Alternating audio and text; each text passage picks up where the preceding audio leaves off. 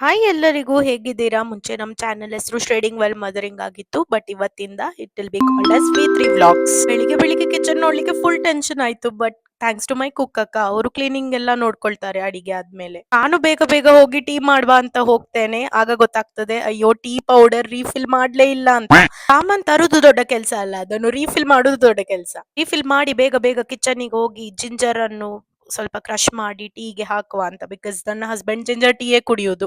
ಬಾ, ಇದೊಂದು ದೊಡ್ಡ ತಲೆನೋವು ಮಾರೆ. ಈಗ ನೋಡಿ ಕಿಚನ್ ಹೇಗಾಗಿದೆ, ಸೂಪರ್ ಅಲ್ಲ ಜಿಗ್ಗ. ಕಿಚನ್ ಅನ್ನು ನೋಡಿ ಕ್ಲೀನ್ ಮಾಡುವಷ್ಟರಲ್ಲಿ ಈ ನನ್ನ ಮಗಳ ಅವಸ್ಥೆ ನೋಡಿ, ರೋಬೋಟ್ ಮೇಲೆ ಹತ್ತು ನಿಂತಿದ್ದಾಳೆ. ಇವಳನ್ನು ಬೇಗ ಬೇಗ ಸೈಡಿಗೆ ಹಾಕಿ ನಾನ್ ಸ್ವಲ್ಪ ಸೆಲ್ಫ್ ಕೇರ್ ಮಾಡುವ ಅಂತ ಹೇರಿಗೆಲ್ಲ ಆಯಿಲ್ ಅಪ್ಲೈ ಮಾಡಿ ಇನ್ನು ವರ್ಕ್ ಸ್ಟಾರ್ಟ್ ಮಾಡ್ಲಿಕ್ಕೆ ಅಂತ ಹೇಳಿ ಕೂತ್ಕೊಂಡೆ. ಅಷ್ಟ್ರಲ್ಲೇ ಗೊತ್ತಾಯ್ತು ಒಂದು ಪಾರ್ಸೆಲ್ ಬಂದಿದೆ ಅಂತ ಹೇಳಿ. ಬೇಗ ಪಾರ್ಸೆಲ್ ಅನ್ನು ತಗೊಂಡು ಖುಷಿ ಪಡುವ ಅಂತ ಹೇಳಿ ಬರುವಷ್ಟರಲ್ಲಿ ನನ್ನ ಮಗಳ ಇನ್ನೊಂದು ಅವಸ್ಥೆ ನೋಡಿ.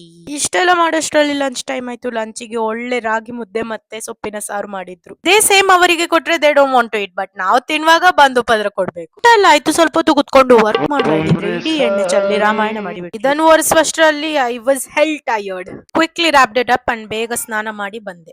ಇದಾಗಿತ್ತು ನನ್ನ ದಿನ. ಬಾಯ್.